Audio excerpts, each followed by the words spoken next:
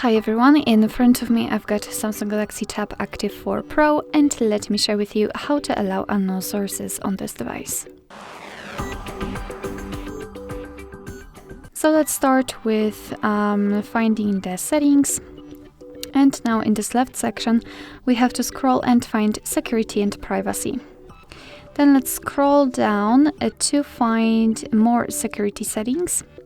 And here tap on install unknown apps, and right here we've got the list of apps which are allowed or not allowed to install some content, and of course we can change it. Just find the app and tap on the switcher on it, and from now on, since this option is active, your device is, or actually the app is allowed to download some content. Of course, be aware that you're doing it on your own responsibility, because some third-party apps aren't verified by the developer, so you may put your data and actually whole device at risk. So really remember about that and choose the apps wisely. Of course, you can always remove previously granted permissions. Just tap on the switcher again. Alright, so that will be all. Thank you so much for watching. I hope that this video was helpful, and if it was, please hit the subscribe button and leave the thumbs up.